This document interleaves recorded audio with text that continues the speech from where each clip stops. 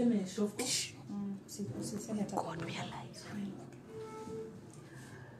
afternoon, everybody. My name is Njeri Wamigwe from Musikimia, and today we have a survivor story, but this survivor story is with a difference because our survivor today has been threatened and her story is still undergoing, but we felt it was important to amplify and talk about her story because one, we want to demystify, rape. Two, we want to seek justice on her behalf.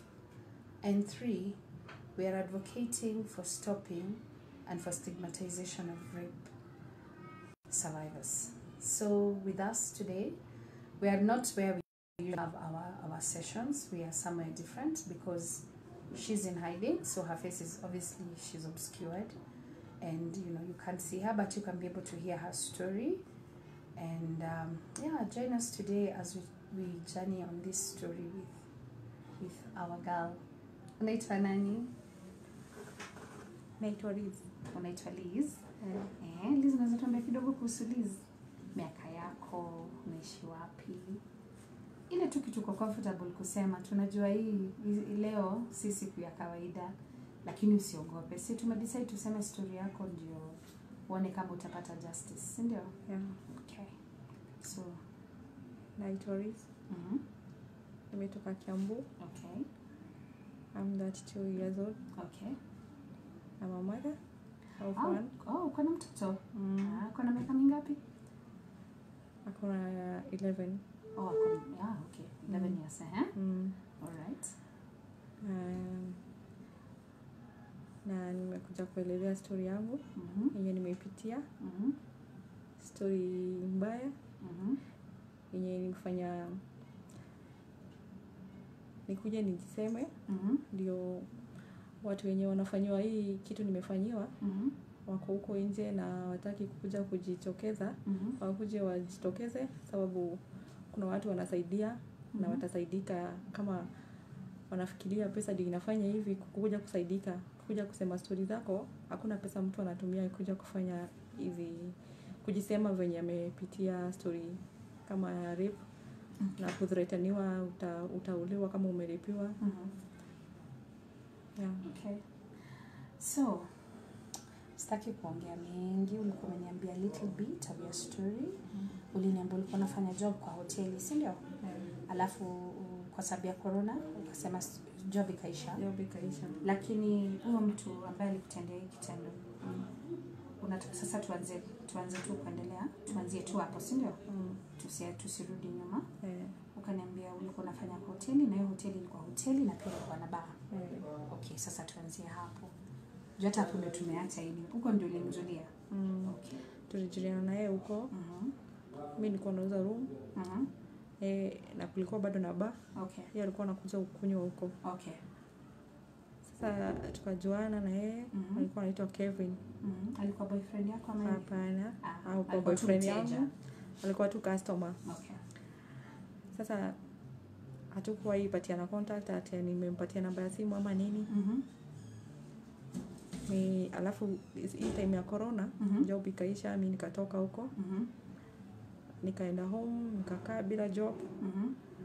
Nikiwa tu hiyo area nilikuwa nafanya kazi. Tukapatana na yeye akiwa kwa gari. Akasema aniuliza tulienda wapi? Gari personal. Alikuwa na gari yake personal. Okay. Akasimamisha akaniongelesha akanisalimia. Akaniuliza uliendanga wapi? Nikamwambia niko tu home.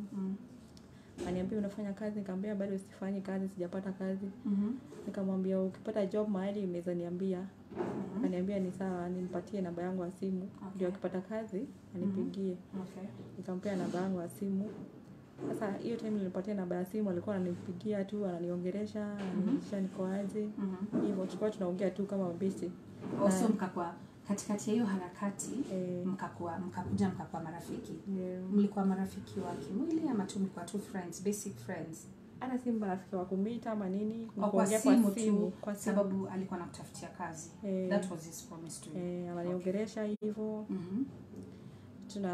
Sasa ikafika date 12. Ilikuwa Sunday. Date 12 of which month? Last month. Last month tuko August. So tunaongelea July. Okay. last month this 12 on Sunday. Okay. Nilikuwa kibarua mahali, nilikuwa nafanya kazi mahali, nilikuwa napata tu kibarua hapa na pale. Akanipigia simu ikiwa kitu saa 7. Unataka kumpatia mtu jina because hapo na jina? Kevin. Kevo. Kevo sasa. Nakutanga Kevo. Akanipigia kitu saa 7. Saa 7 za mchana. Za mchana nilikuwa napika chipo saa hiyo, tuko na dem mwingine mahali nilikuwa nafanya kibarua. Okay. Nikamwambia acha nichukue hii simu sababu mtu nilikuwa nimemwambia nitafutie job. Okay.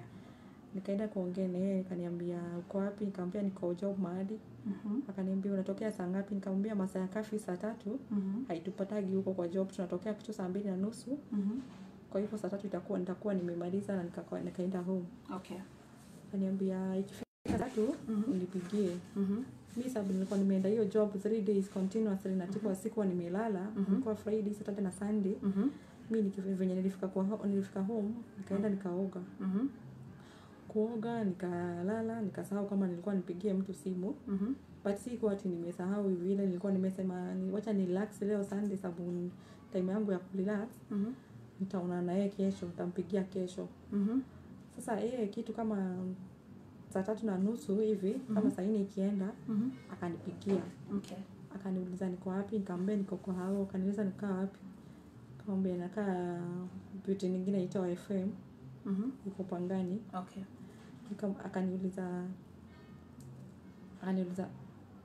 Akaniambia yeye mwenyewe anajua hiyo building. Akaniambia anaweza kuja huko. Apaki gari hapo chini. Akuje tuongee mambo ya kazi juu amepata kazi mahali. Okay. Nikamwambia ni sawa. Na nikamwelezea unajua masaa ya kafi imefika. Sitaki kwenda kutembea kwa barabara sababu mapolisi wamejaa. Ananiambia yeye mimi siko na shida. Sasa kukakaa kama saa 4 imefika hivi, akanipigia simu. Akaniambia niko hapa chini ya FM. Nikamwambia nipe dakika kidogo nikuje. Okay.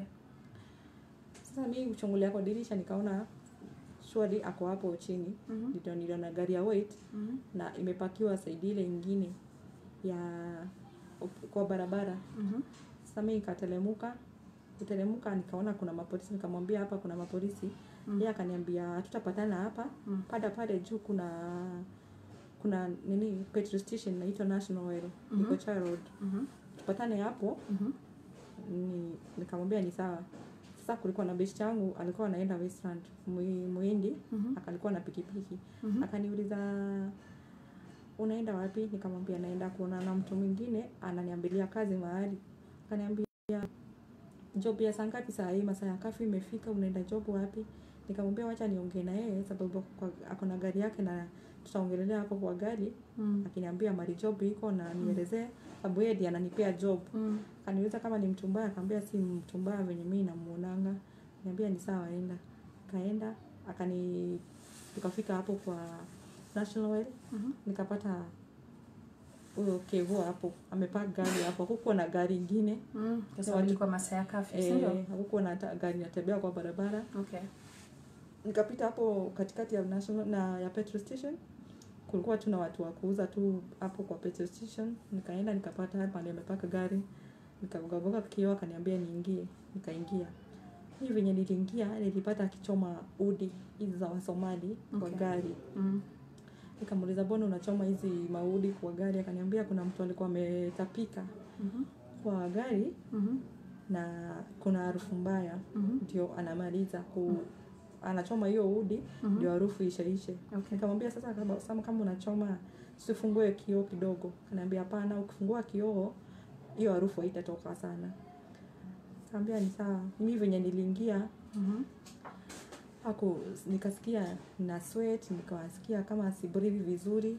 Nikaanza kusikia kama nasikia nasikia kitefutefu hivi kidogo. Nikamwelezea afungue kioo kidogo, akaniambia hapana.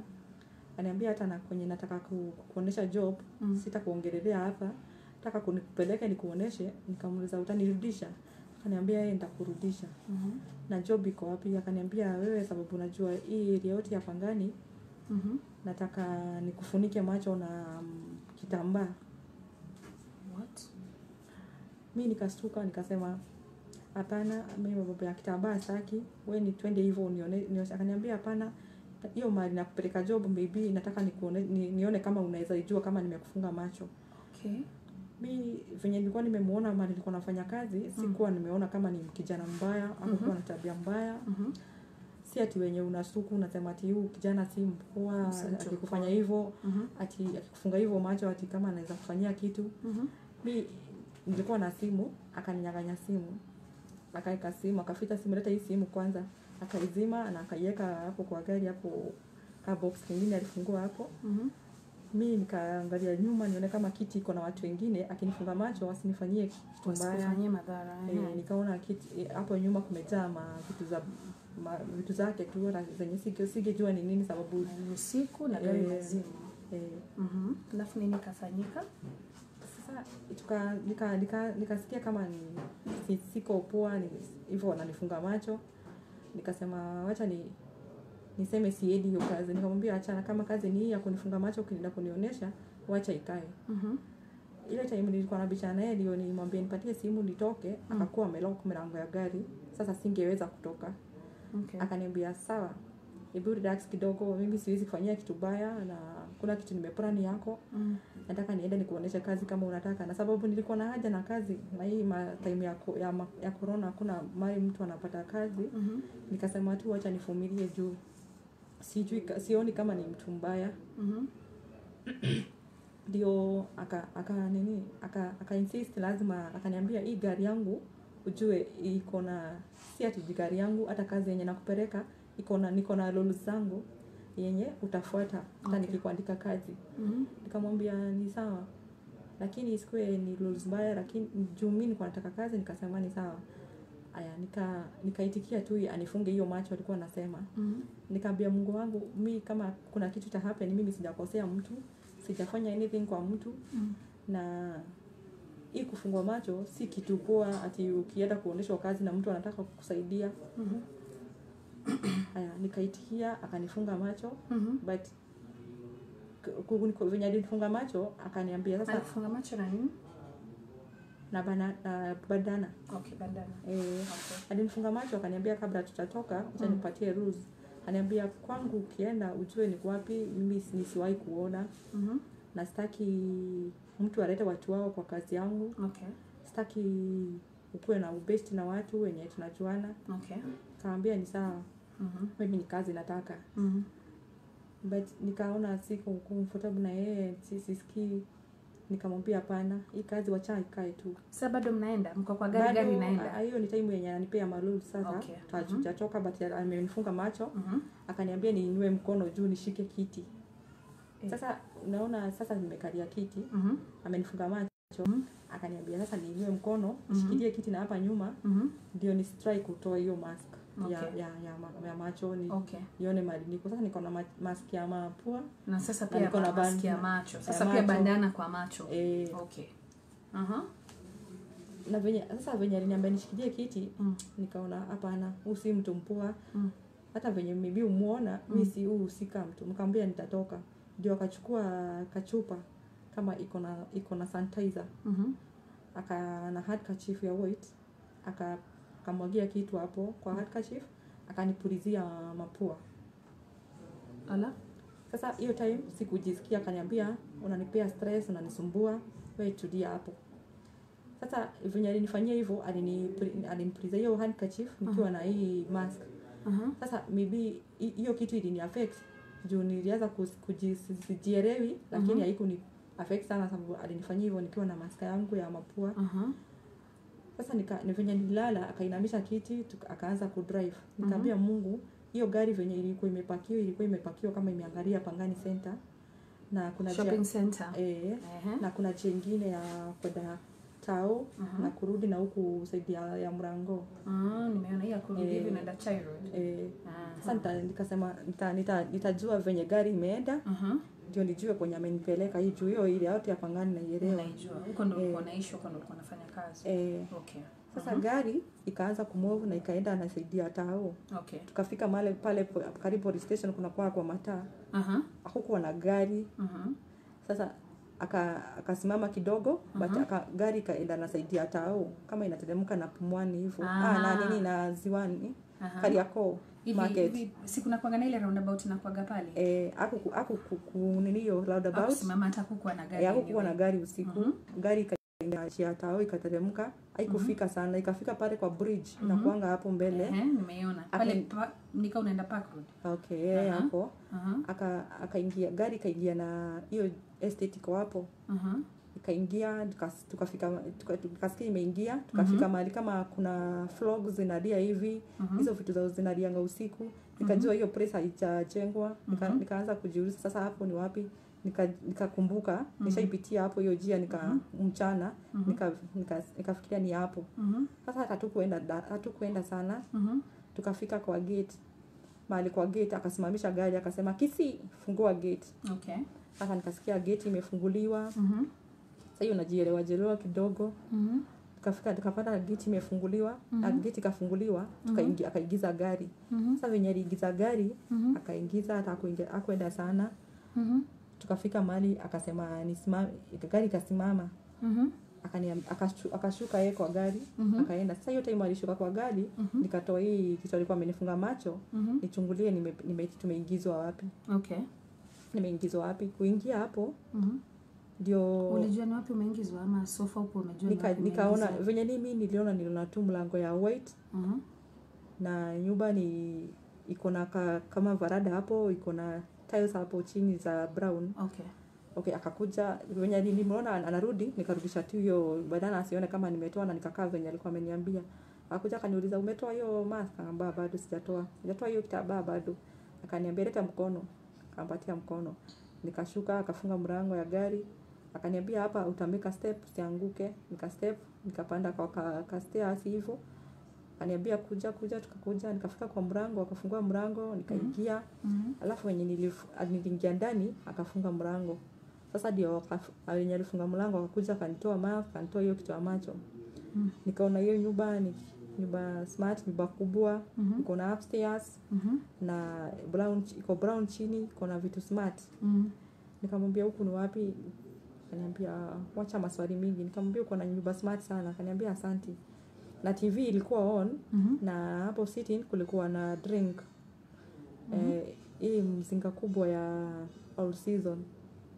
Na glass mbili ni kama zilikuwa watu walikuwa wanakunywa alafu wakatoka. Na kulikuwa na smoke, yani kulikuwa na volume kidogo.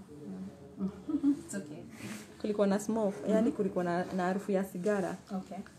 Nikamwambia nikamuuliza kwani huku kulikuwa na watu? Akaniambia wewe uko na maswali mingi sana. Wewe kaa chini hapo mnakaa. Yeye akapanda upstairs akaniacha hapo chini. Sasa mimi nikaanza kusorora nyumba venye iko. Akuja akapata bado sijakaa, nimesimama, akaniambia akanikatisha chini.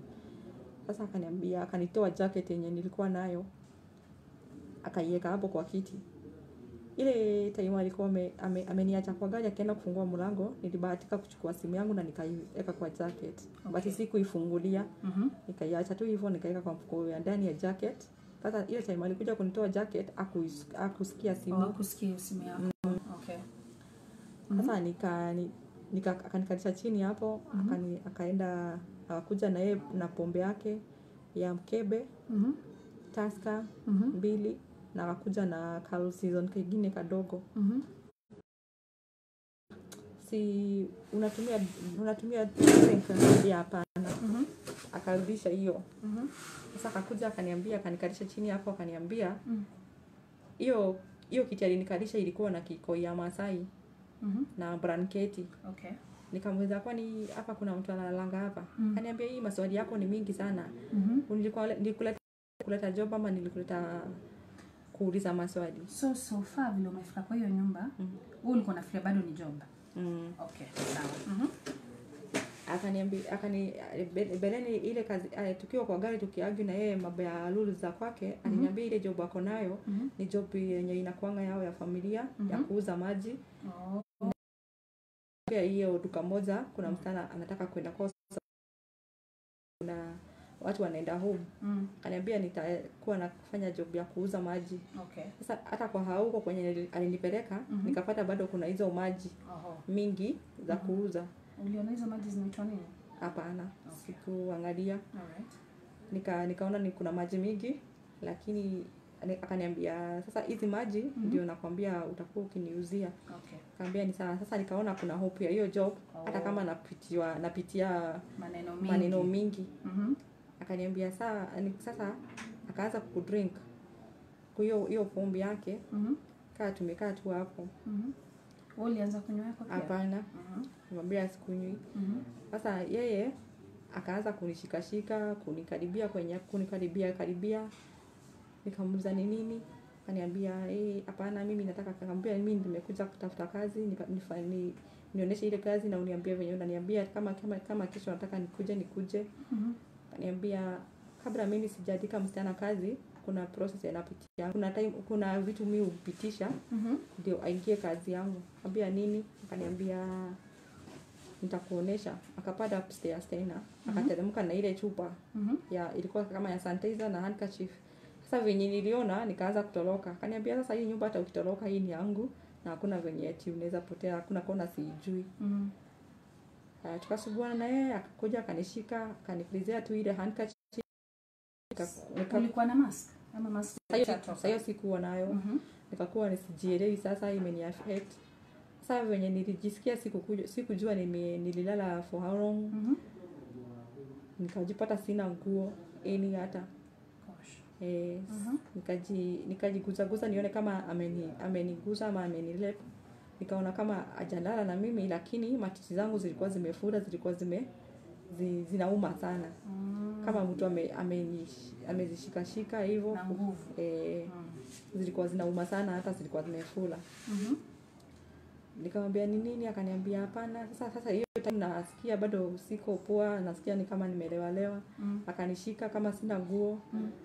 Akaniambia sasa ile kazi nataka ufanye kuja nikuoneshe. Yeye mwenyewe akatoa nguo zake akakalia kwa ile kiti kubwa hiyo hapo sitting. Sasa akaniambia ile kazi mimi natakaga mtu anisack mara 3. Unisack unanisack mpaka na mwaga. Nasikia umenifanyia hiyo kazi ya kunisack mpaka nimemwaga mara 3. Nikamwambia mimi sijazoea hiyo kazi sijui. Akaniambia utajua.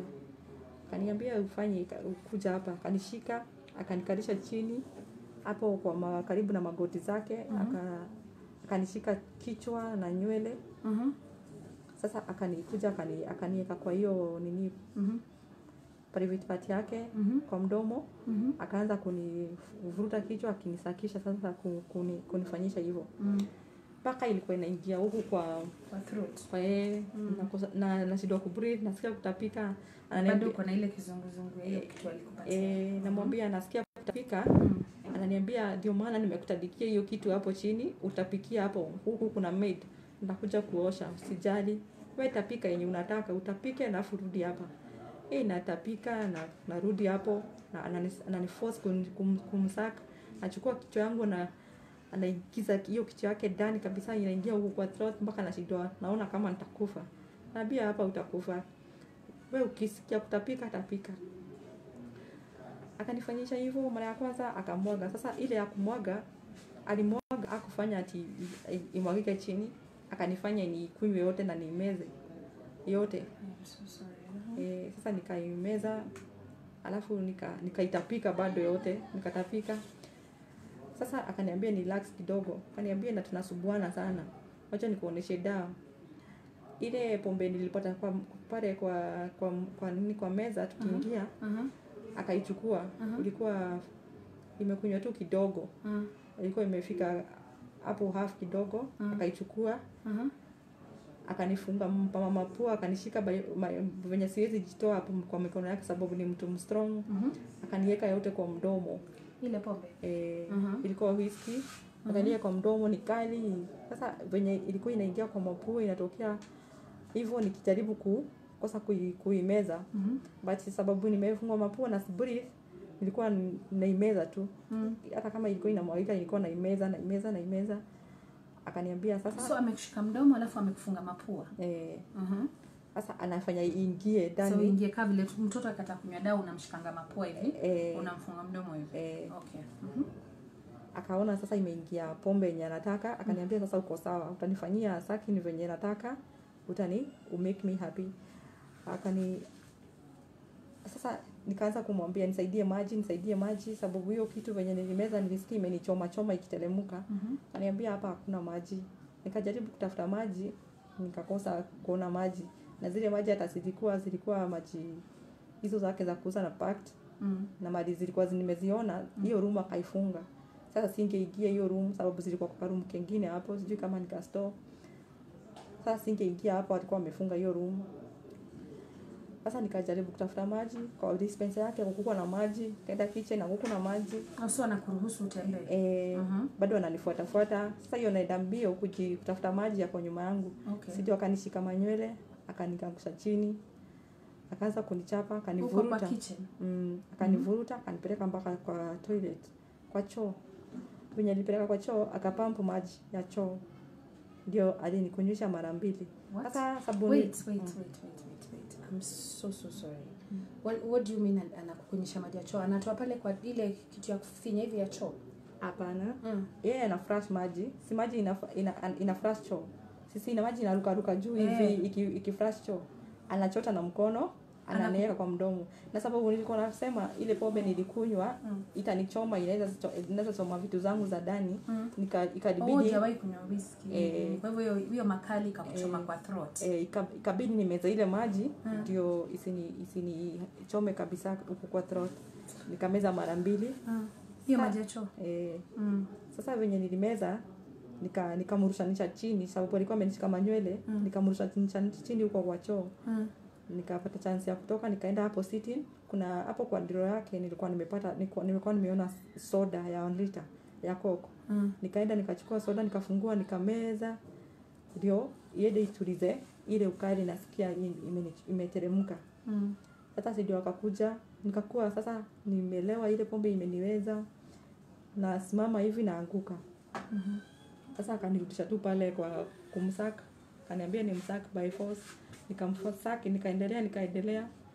Ndio nilianza kutapika na natapika bado damu. Nikawa natapika damu. Akaanza kunichapa venye aliniforce, alikuwa ananishika hivyo ni msaka. Ananipiga bado, ananipiga makofi za huko mgongo. Ananipiga makofi za huko, ananiambia fanya vizuri, kwani unifanyie vizuri. Akanipiga tu nikamwambia hata kama nikuniua niue sasa sababu hiyo time namuongeza, si kama mimi naongea nikiwa na zile madawa amenipea hizo mapombe. Nikaanza kumwambia sasa niue kama unataka kuniua, lakini sitakufanyia hivyo. Akaniambia toka uende, vaa nguo zako uende. Nikaanza kupiga nduru, nikiangalia kwa dirisha niko wapi, sielewi niko wapi, sijui hiyo ile niko naona sioni, lakini naona nyumba zingine ziko mbali na hiyo nyumba yao. Set ni plot imeshikana, ni nyumba tofauti. Nyumba iko spare by itself. Saa kukateremka mtu kutoka juu. Mwenye hata sikumjua, alikuwa amevaa black. Na alikuwa amevaa mask na kofia black. Sasa singemjua. Akasema, akakuja akamuuliza Kevo, huko ufai hivi. Kwani unafanya huyu msichana hivyo? Kwani unamtesa? Kwani unampiga? Mimi sitaki police case, mimi najitoa. Kevo akamwambia kwenda. Sasa yeye akasema acha mimi nijitoe. Akaita demu mwingine huko juu, Ryan. Nikasikia demu anateremka kwa hiyo stairs sasa. Sasa uko wapi? Niko chini. Uko kwa hiyo sitting room. Bado siko najielewa na nilikuwa nimegongwa. Sasa nikaanguka chini. Okay, so umelala kwa floor. Sasa najaribu kuangalia kama nitawajua, siwajui sababu ya hizi mask zinavaliwa. Hata demu mwenyewe sikuona venye amevaa, nilisikia tu stairs akiteremka viatu. Akakuja wakasikia wamefungua mlango, wametoka na nikasikia gari imeguruma. Hawakukusaidia? Nikasikia gari imeguruma na imetoka. Sasa kaa tu nimekaa hapo najua venye na plan sasa nitatoka ama nitafanya aje kwa teremka mtu mwingine. Akakuja. So ukifanya hizo vitu zote kulikuwa na watu juu? Okay. Sasa akakuja huyo mwenye alikuja mpaka kwenye nilikuwa nimelala. Nikaona viatu zake hapo tu kwenye nilikuwa kichwa imelala. Nikaona viatu zake ni Tibarad. Kwa amevaa jeans na koti ya black. Akakuja akaniamsha, akanigoga kofi 2, akanirusha karibu kwenye kulikuwa na chimney na ilikuwa na moto. What? Chimney na hapo juu kulikuwa na TV. Sasa nikaona kama naweza chomekea hapo, nikajaribu tu nitoke hapo. Na sina nguo saa hiyo, nikashika nywele, nikafunganisha nywele ndio nisichomeke. Akanipiga kofi 2 tena na matekeza tumbo na akatoka na akaenda. Sasa mtu ametoka tu juu, hamjuani, hayuko kwa hii hali, alafu ndio huyu amekuja akaanza kukuchapa. Okay, sawa sawa. Alafu sasa akatoka akaenda. Nikasikia amefungua. Hii wakati unapiga nduru nini? Na scream tu hivyo Kevo sasa hiyo yuko wapi ukipigwa? Amesimama tu hapo. Yeye alikuwa anavaa trouser saa hiyo. Sasa najaribu kuamka, ananigonga, ananirudisha chini. Sasa wenye alinigonga akanirusha karibu, mnaona mlango ya nje mahali iko. Nikaona huyo mjamaa amefungua mlango, ametoka na amerusha kifunguo hapo chini.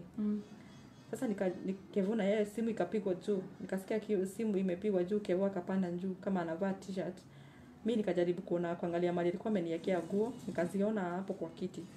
Nikachukua nguo zangu kama haraka, nikatoka. Kufika hapo kwa mlango, nikapata kifunguo, nikaona kifunguo kwa kwenye ilikuwa imerushwa. Kwenda kufungua mlango ni kama hakuwa amefunga mlango. Nikakuweka tu kifunguo, mlango ikajifungua. Sasa akaniona nimetoka bio, sina nguo lakini nimeshika nguo zangu na mkono lakini sijavaa. Ule mjamaa alitoka kwanza. Alitoka wa pili. Ule mwingine wa kwanza ni kama kwanza waliingia kwa gari wakaenda. So ni ule mjamaa alikuwa amekuchapa wewe. Ile alikurusha kwenye chimney. Sasa si ndio nikanini? Si ndio akaniona. Akajaribu kutoka kwa gari, alikuwa ameshaingia kwa gari. Akajaribu kutoka kwa gari. Akuja nifuate. Nikakuwa manage kutoka kwa hiyo hapo kwa hiyo building. Nikaenda nyuma ya hiyo building, nikaona pale mbele kuna building, nyumba nyingine. Nikakimbia mbio hapo, nikakaa hapo. Nikaona mahali kuna nyumba ya kuku, zinajengea za kuku. Nikaenda nikajificha hapo. Nikaona wananitafuta na torch. Nikaona wanatafuta. Bado ni usiku. Naona wanamulika. Sasa ile nikanyamaza tu, wakakuja mpaka hapo hakuniona. Ile kitu ilinitoa hapo ni dogi. Sasa akaanza kunitafuta na dogi. Sasa ndio wenye nilisikia dogi zinabweka, zinakuja kwenye naona kama zinakuja kwenye niko. Nikasema hata kama unachapwa kumwana dogi ni wewe. Nikatoka hapo mbio nikaenda. Sasa nikaona mali gate iko. Nikaenda mbio, ilikuwa kwa barabara hivyo. Nikakufika kwa gate. Akasema wasimamisha uone mwizi. Soja na yeye kusikia mwizi na mimi nimevaa trouser na niko na trouser ya blue na jacket ni brown na inaonekana ni dark. Akajua tu huyu ni mwizi. Akanigonga, nikaanguka chini. Jamaa akamanage ukuwa amefika hapo. Sasa huyo mjamaa mwingine akarudi akachukua gari yake. Akapata kitadiko hapo kwa gate na Kevo. Kevo akakuja bado akaendelea kukuchapa. Alinifikia yeye alisema mimi ni mwizi na nikashikwa na soja nikagongwa. Sasa yeye akanifikia hapo kwa gate akakuja akanichapa. Sasa venye niliona hiyo time soja alinigonga, Kevo hakuwa ashanifikia. Nikaanza kukaribu kwa gate, nikasema fungua gate, nisaidie nifungulie gate. Napanda juu ndio niruke ile side nyingine. Kama nimepanda juu hivi, ninaenda kuruka. Kevo akakuwa amenifikia, amenishika huko juu, akaniangusha chini. Kutoka kwa gate? Huko juu. Akaanza kunipiga mateke. Anasema namwaibisha sijui nini. Ananiambia kuja nitakuua wewe, nitakuweka kwa boot. Nitakuua na nikuweke kwa boot nikakutupe. Wewe nitakataka sijui nini. Huyu soja akasikia mimi ni msichana. Maybe hakuwa ameelewa mimi ni msichana, alikuwa anaona kama ni mwanaume. Akakuja, soja akasema mimi sitaki kujua kenye mmeulizana na huyu msichana. Akaanza kumwambia Kevo hivyo. Sitaki uniharibie kazi yako. Wewe waachilie msichana wenyewe kusikizana na yeye. Hakuna haja ya kumpiga. Akasema akamwambia wewe nyamaza. Sasa soja akanyamaza. Kevo sababu alimwambia hivyo tu, soja akanyamaza. Akabia soja anishike aende achukue gari akuje niweke kwa gari anirudishe mahali amenitoa. Soja akamwambia ni sawa, acha nikushikie. Sasa ndio kuchukua gari akaniacha kama nimeshikwa na soja. Soja venye aliona Kevo ameenda, akaniambia mimi nitakusaidia utoke.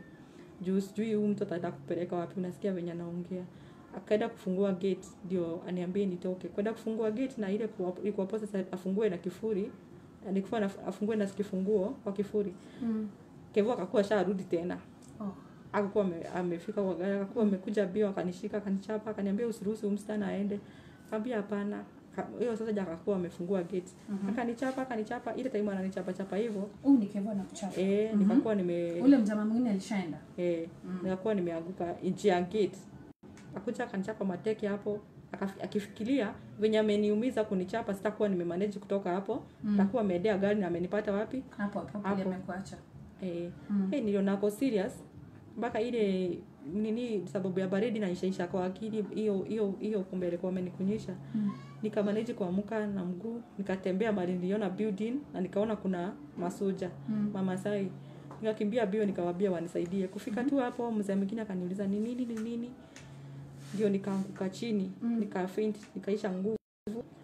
Sasa nikiwa chini nikakaa nikaa hapo chini for how long, nikaanza kujisikia watu nikapata watu wenye nilianza kujisikia, nikasikia watu wanaongea wengi, wanauliza huo mzee huu ni nini, akasema ametoka wapi, akuja akaanguka hapa, amekuja akasema ni mtu amemfikia. Akaulizwa na Msomali mwingine, nikasema Msomali anamuuliza huyu msichana ametoka wapi? Ametoka hii side na amekuja amesema anakimbizwa na mtu tumsaidie, alafu akaanguka. Watu wakaanza kusema ni corona nini, kupigwe simu, haikujiwe, apelekwe hospitali. Watu wengine wakasema hapana. Kwa kuja mama mwingine alikuwa na biashara tu hapo karibu. Akasema hapana, huu si corona. Hata mumuoni ako na damu kwa mtuza damu imejaa kwa mdomo nini. Maybe huyu msichana amelipiwa na kufanywa hivi vitu na akachapwa. Wacha amke mwenyewe atuelezee. Mmoja akasema leta maji tumwagie na tumkunywishe tusikie, maybe asikie fresh, atusikie kama atatuelezea kwenye ametoka. Sasa huyu mzee anaulizwa huyu msichana ametoka wapi? Akasema hii side. Huyu Msomali akasema si side inakuanga ni Juja primary na hii Juja quarters. Sasa yeye anajua ametoka wapi. Sasa ile time nilirushwa nje na Kevo kinichapa, kwenye niliamsha kichwa hivi ndio nitoroke, ile kitu nilisoma tu Juja primary. Nikaiweka kwa akili, nikasema hata nikikuja kuoneshana mali nimefanywa hivyo, nimejua nimetoka hii side ya hii gate nyingine na nimeface gate nyingine ina Juja primary. Sasa pale venye nilisikia wakisema hii Juja primary, akaniuliza nikaamuka. Kuamuka nikapata Kevo, yeye ndiye anasema kujeni tumsaidie nini msana amefanya. Sasa namuona ni huyu, macho yangu inaona, lakini kwenye alikuwa ameninyonga sauti haiko inatoka, haitoki, niambia watu huyu ndiye alikuwa ananipiga. Ilikuwa pale ambapo ulipata ndio mimi sijaelewa pale ambapo ulipata ilikuwa ni wapi haswa? Cause kama ni kutafuta justice tuna need kujua exactly ni wapi ulijipata. Ile gate nilirushwa yenye nilikuwa nachapiwa ilikuwa imefisiana na Juja primary. Sasa ile time nilienda pale nikaanguka. Sasa watu wanaulizana nimetoka hii side na hii side, hakuna mahali pengine kuna nyumba hapa ni Juja primary na quota za Pangani Girls.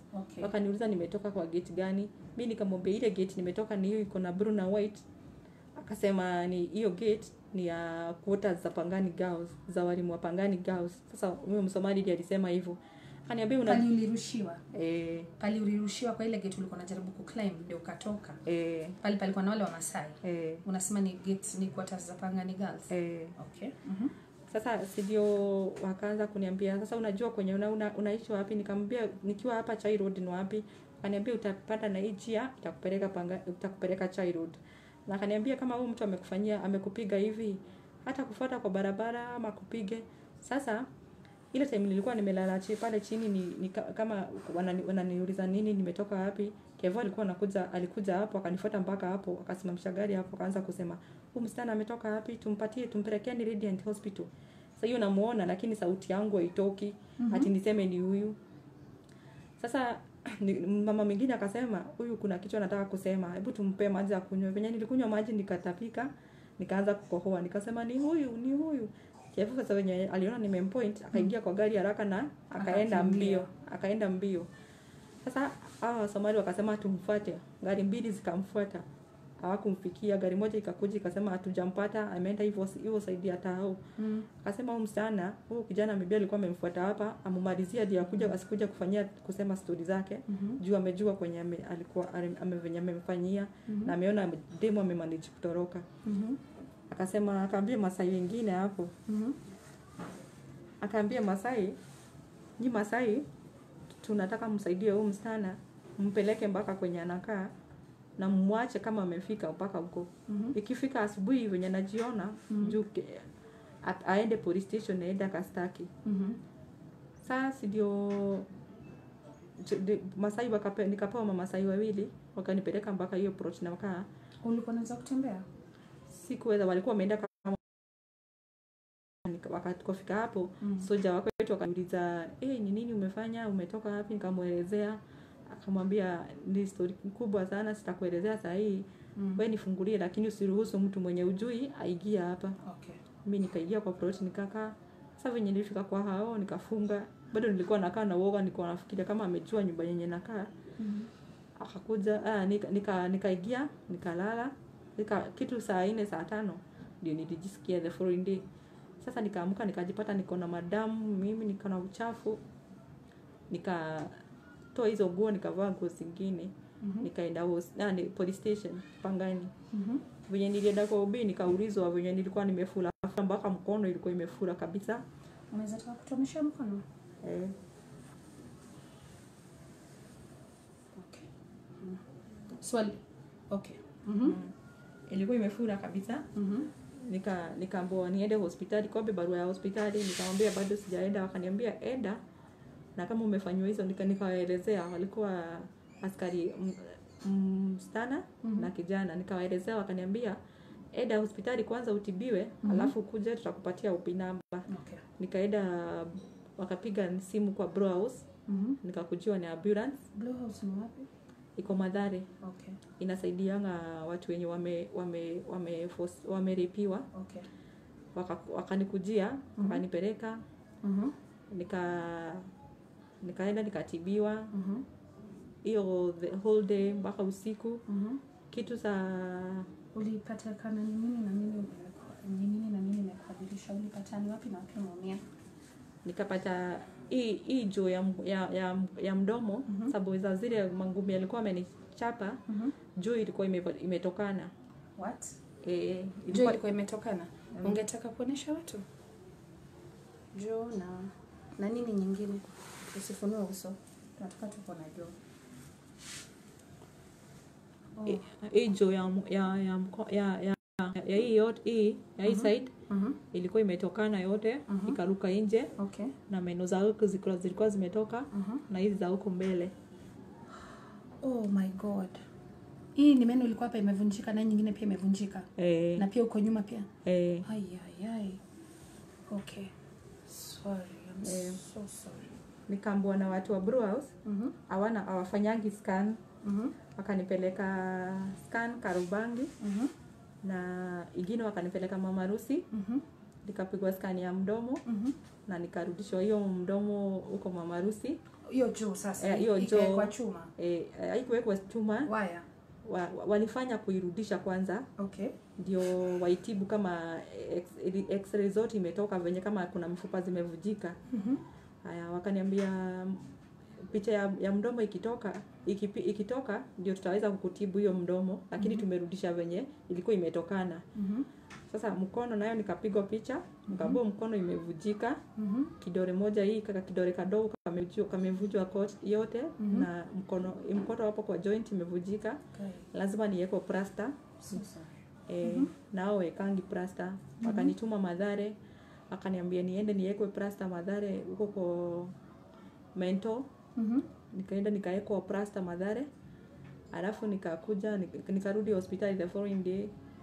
Wakaniambia sasa wakaniambia sasa result yako ya mdomo imetoka. Sasa hizo meno lazima zitibiwe, ziwekwe chuma. Sababu hiyo side yote iwezi kukula nayo, sababu hiyo mfupa imeshikilia meno imevujika yote. Sasa kwa hizo magumi ulikuwa unachapwa. Sasa wakanipatia makaratasi zote za hospitali. Wakaniambia nipeleke police station sasa niwaelezee. Nikarudisha, mwenye nilipata akanisaidia, akanipea ubi namba na akaniambia akanipeleka kwa madam mwenye atakuwa akishughulikia na kesi yangu. Sasa akanipeleka kwa madam police station huko Pangani, akanipatia madam anaitwa Kanene. Akaniambia sasa yeye atakuwa na kesi yangu. Sasa ndio madam akanipatia, akanijazia kila kitu, akaniuliza. Ilikuwa ni stress sana yeye kuniuliza maswali. Venye aliniuliza, alikuwa ananiuliza kama mimi ndio nimefanya raping, yani ni mimi ndio nimefanya kulipia. Wewe ndio umefanya hizo mambo zikakufanyikia. So ni kama makosa ni yako. Ananiuliza maswali ni kama mimi mwenyewe si kama mimi nimeipiwa.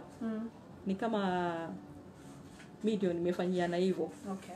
Inabidi mwenye akiniuliza swali ananiambia usikuje kuniletea my emotions zako hapa, usikuje kulilia hapa. Nataka unielezee story vizuri, ukikosa kunielezea mimi ndio madam ule mzuri hapa Pangani police station na mimi ndio ule mbaya. Ala? Sasa namwambia ni sawa, mimi inafika mahali naona kama ananiingia sana, inabidi ninyamaze sababu mimi najua kenye namwambia ni ukweli. Hakuna kitu naongezea, hakuna kitu naoficha. Namwambia tu anisaidie ikiwa ni police station. Na kama yeye amepoa kesi yangu lazima nimuelezee kenye kime happen yote. Sasa akaniambia yani ulikuwa unajua kuna desk agenda? Lakini si kufikiria hiyo, nikasema akaniambia niende wanafaa kupeleka kwa desk agenda.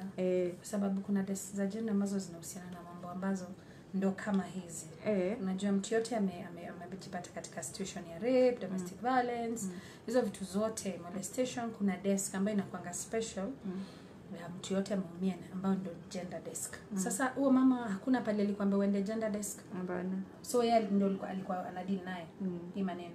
Akaniambia niende nyumba, akaniuliza sasa hivi uko na pesa unaweza kuwa na gari, pesa ya kuweka gari mafuta? Nikamwambia sina. Akaniambia ungekuwa na pesa ya kuweka gari mafuta ungenipeleka mpaka hapo mimi niende ni confirm ni hapo ulifanywa hivyo ndio niweze kukusaidia. Ama utanifanyia kazi nikimaliza kukuandikia hii makaratasi utanifanyia kazi moja. Nikamwambia kazi gani? Wewe nitakuelezea, acha niandike hii statement yako. Akaiandika. What? Akaniambia sasa nataka ufanye aje? Nataka uende mpaka hapo ulifanywa hivyo. Peke yako? Ukiona huo mtu umuone tu hivi unipigie simu. Akanipea namba ya simu. Akanituma mpaka hapo. Nikaenda. Sasa mimi venye nilienda nikakaa na mama mwingine alikuwa anauza ka hoteli hapo. Ka kibanda. Sasa ulienda wapi? Kutoka Pangani police station uliteremka kwenda kutafuta pale ambapo nilienda mpaka hapo kota sasa ya Pangani Girls. Ndio niende nikiona Kevo, nipigie huo karao nimwambie nimemuona akuja amshike. Sasa mimi nikaenda nikalisk maisha tu yangu. Nikakaa kwa kibanda kingine mama mwingine alikuwa anauza kiveri. Alafu nikaona gari ya Kevo imeingia quarters. Sasa nikaenda kuconfirm hapo kwa gate. Kufika kwa gate, soja akaniuliza unaenda wapi? Nikamwambia nataka Kevo. Akaniambia anajua unakuja? Nikamwambia yeye anajua nakuja. Akaniambia sawa, acha nikuitie simama hapa. Nikamwambia ukienda kumuita, acha nitoke hapa nichukue bag yangu nimeacha pale. Sasa hiyo time nilikuwa nataka ni confirm kama ni gari ya Kevo nimeona ndio nirudi nipige simu. Sasa nika confirm hiyo time ni Kevo na venye soja aliniambia acha nikuitie nikajua huyo ni Kevo. Nikarudi nje nikapigia huo Karao. Kumpigia simu akuchukua simu yangu. Ule soja akakuwa amefika akaambia kaka Kevo kuna mtu anakutafuta anakaa hivi na hivi na hivi. Kevo akaanza kunipigia simu. Ananiambia wewe nasikia unanitafuta. Sasa hiyo time sikuchukua simu yake. Nikachukua pikipiki haraka juu niliona kama huyu Karao anatafanya nishikwe na Kevo. Na Kevo ameanza kunipigia simu, nimeanza kusikia woga na nimeona akiwa kwa gate anakuja. Nikachukua pikipiki haraka nikaenda Pangani police station nikarudi tena huko. Nikapata ule madamu alikuwa na yeye partner yake ni yako hapo tu kwa ofisi yao. Nikamwambia madam mwingine ako wapi? Akaniambia sijui kwenye ameenda, hata ameacha simu yake hapa. Nikamwambia mimi nimeenda kwenye amenituma nikapata Kevo na mimi nampigia simu achukui simu yangu na karibu Kevo hata anishike. Late on time Kevo akapika simu yangu. Huyo madam tulikuwa na yeye hapo akaniambia hebu chukua. tukachukua. Akaanza kuniambia wewe nasikia unanitafuta. Nakwambia usiwahi kuja hapa tena. Unasikia? Na usiwahi piga hii namba yangu tena. Na usiwahi onekana. Na unanijua wewe kama unijui takumanda. Mimi ni yule mbaya. Unanionanga tu hivyo ujui venye mimi hufanya. Wewe ni kitu kidogo tu ni kama mosquito nitakunyonga, nikumani na nikutupe. Okay. Na mapolisi wakasikia. Akaniambia hiyo haina shida. Hakuna shida, wacha hata akufanyie nini. Akaniambia sasa madamu mwingine akakuja. Huyo madamu mwenye alikuwa na kesi yangu hakuwa amekuja. Akazima hiyo simu venye Kevo alikuwa anasema huyu msichana kwani uko mjinga aje? Kwani unachukua simu za Kevo? Mimi nimekuruhusu kuchukua simu za Kevo. Mimi nimekamwambia mimi si kuchukua namba yake. Mimi nimechukulia tu hapa kama nimeambiwa na madam partner wako nichukue. Na nimechukua wasikize venye ananiambia. Akanichukua akanipeleka kwa madam ule mkubwa kwake. Akaenda kuniruka akasema hakuniambia ati niende kwa Kevo kutafuta Kevo. Hakuniambia ati ananiambia huyo madam mkubwa sasa kwake anamwambia huyu msichana na nimepata hata akiongea na Kevo anamdirect mpaka kwake kwenye ana stay na anamwambia namba ya mlango ya nyumba yake. Akaanza kunisomea nikamwambia hapana mimi nimefanya kenye nimeambiwa sijafanya kitu yenye sijaambiwa. Sasa ndio akaniambia hata unaonekana uko na maumivu sana. Mimi tunakushughulikia enda nyumbani alafu kesho ukuje. The following day nilikuwa naenda kuwekwa plaster. Sasa nikakosa pesa Mathare na nilikuwa nalipishwa pesa. Nikaenda Pangani nikamwambia ndio nirudishe anipatie P3. Anipatie P3 anijazie ndio nipeleke Nairobi area. Anipea P3 nikapeleka Nairobi area. The following day nikaambiwa akaniambia niamke mapema jaziwe P3. Nikafika Nairobi area kitu saa 11 ya asubuhi. Nikapanga raini mpaka saa 9 ya jioni. Nikaambiwa hiyo document ya hiyo P3 haifai kujaziwa hapo. Nikaambiwa nirudishe P3 pale nilitibiwa ule daktari mwenye aliniona. Si ndio nikachukua hiyo P3 nikarudisha nikapeleka Brew House. Wakanijazia alafu nikaileta Pangani. Pangani akajaza yote akaiweka. Alafu akaona niko sana tuko na haja sana na mwili yako. Hatutaki uumie na bado tunakushughulikia. Aenda kwanza upone, mimi nitakupigia simu ama ukipona utarudi. Si ndio nikurudi kwenye nilikuwa nakaa, nikapata masoja wananiambia ati unaulizwa hapa, kuna watu wana shida wakikuuliza, wananiita sasa wananiita na mtoto wangu venye mimi huita mtoto wangu. Wananiita mama Jerry. Ananiambia mama Jerry hapa wanaume stage hivyo nikaogopa. Sasa hiyo time hiyo madam mwenye alikuwa na kesi yangu alikuwa ameniambia tukiachana kama najuana na polisi yeyote nikamwambia kuna mapolisi mimi najua mabesti wangu na wanaweza enda kukushikia huo mtu wakuletee. Akaniambia kama unajuana na wao wape namba yangu wanipigie na wape order waende washike huo mtu wamlete. Sasa nikaenda. Mbona hataki kwenda kumshika mlete? Si ndo kazi yake? Sasa karao wenye walikuja wawili. Hivyo kumbaka na Obi ile ambao walikupatia kule Pangani. Karao wenye walikuja. Na tunaongelelea hiki kitu ilihappen tarehe gani? Tarehe 12 of this month. Last month imepita. Last month. July. Okay. Ilikuwa on Sunday.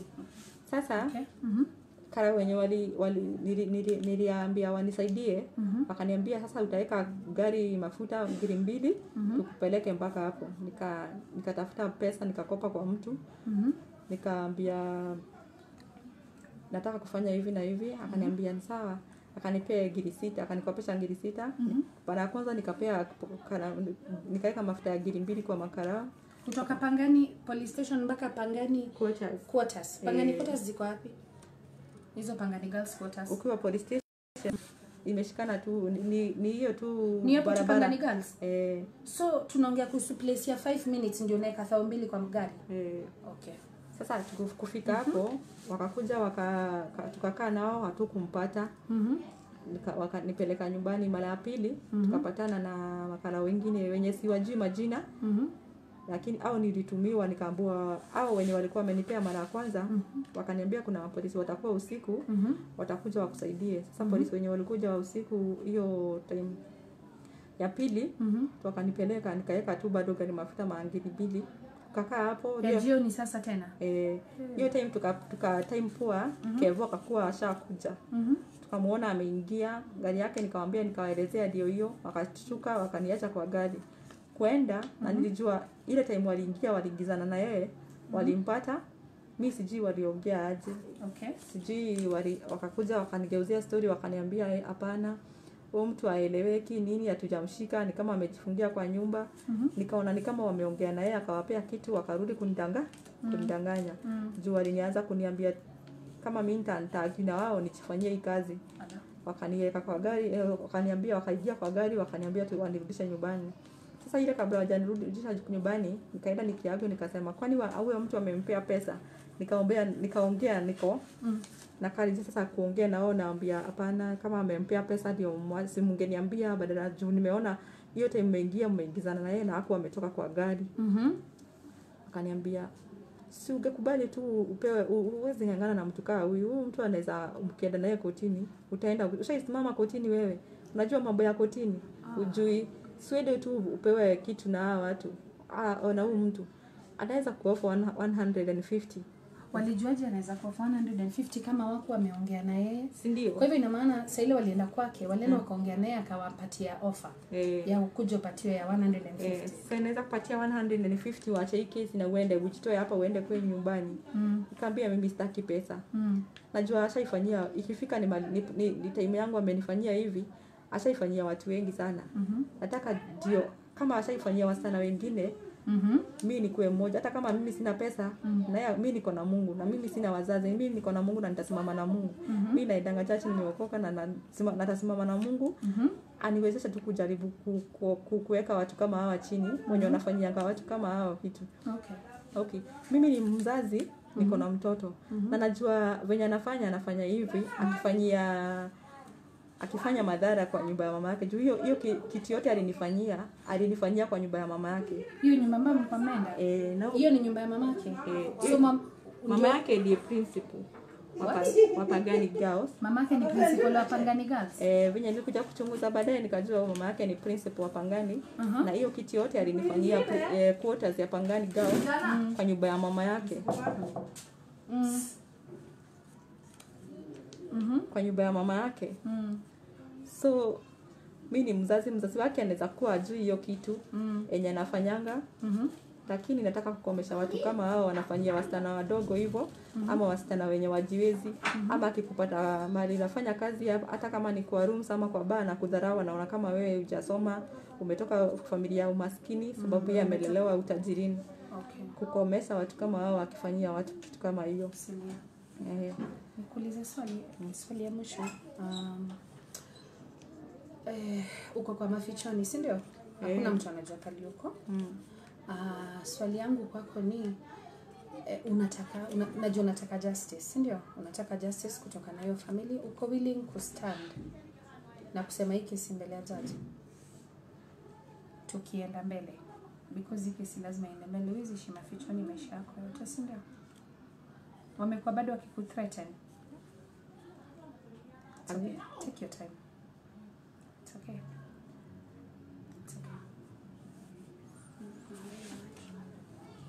Alafu village yako imevunjika, unaweza kula? Sikuli chakula strong. Huwezi kula chakula, lazima ufanye special diet. Nakula tu Vitabix, chakula kidogo, marine maziwa na Vitabix. I'm so sorry.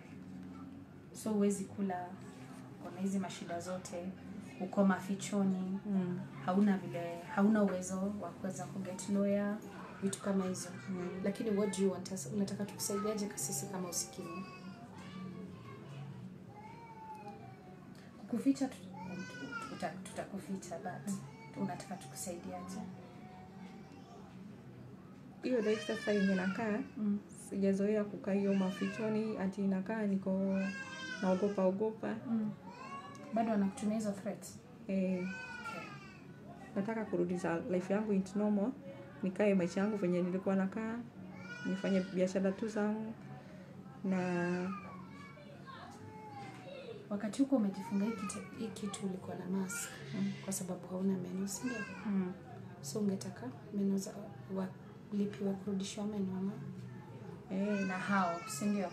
Nataka akuje nisimamie hiyo gharama yote nimepitia, nimetumia. Nirudi venye nilikuwa. Na watu kama wao wanafanyianga wasichana hivyo sababu wana take advantage, sababu wana kazi ama wana pesa, sababu wao ni watoto wa matajiri ama nini. Kuna mwisho yao. So ungetaka as far as you're concerned, tukienda mbele na hii kesi, you're willing to come na kusimama pale mbele ya judge na useme history yako? Nitasema. Sawa. Asante sana kwa story yako Liz. Tumeshukuru kwa kutuambia. Pole sana for the ordeal that tumepitia. Wacha tuone jinsi ya kufuatilia hii maneno. Ni sawa.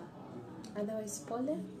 Tutasimama na wewe vile tunaweza. Asante kwa kataa, kwa kusema wezi kimya, si ndio? Wacha tuone mbele vile tutaenda. Sawa. Betu utaka hivyo mafichoni kiasi. Zote. Tuko na x-rays, tuko na kila kitu, police report, everything. Wacha tuone bado usaidizi itatoka. Sawa. Asante sana. That was Liz's story that we brought to you about her ordeal. Liz is in hiding. She's highly risking, as you can see, she's under threat from the family of this party, from the man. I don't say the family because we don't know what the family is doing, but we will try and see how we can pursue justice for her. Thank you for being with us and for watching this story. Things that is looking for, justice for her case and advocacy. You just reach out, and how you can also help, please just reach out to us. Thank you very much.